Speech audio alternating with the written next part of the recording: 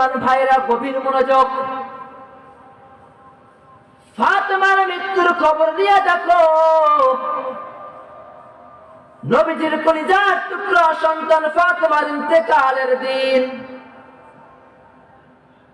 হযরত আলী কাররামাল্লাহু ওয়াজহাহু, আলী রাদিয়াল্লাহু তাআলা আনহু ফজর নামাজ পড়ে যখন ঘরের মধ্যে প্রবেশ করলেন,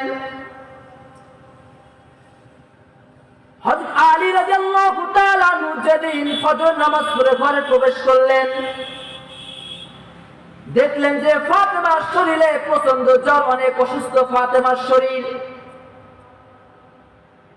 যখন আলী রাদিয়াল্লাহু তাআলা আনহু দেখলেন ফাতেমা অসুস্থ শরীর নিয়ে ঘরের কাজকর্ম শুরু করে দিয়েছেন, আলী ডাকে বলে, ফাতেমা রে,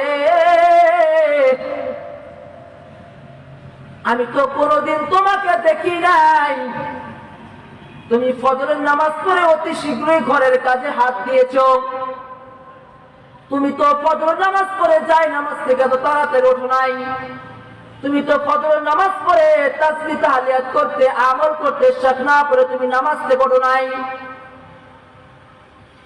ফাতেমা রে, তুমি আজকে কেন এত তাড়াতাড়ি নামাজ থেকে উঠেছো? এত পানি কার জন্য গরম করিয়াছো? এত কাপড় কার জন্য ভিজাইছো? এত রুটি এত খামির কার জন্য তৈরি করিয়াছো? যখন ফাতেমাকে ডাকিয়া বলল, ফাতেমা রে, এত রুটি এত খামির কার জন্য তৈরি করিয়াছো?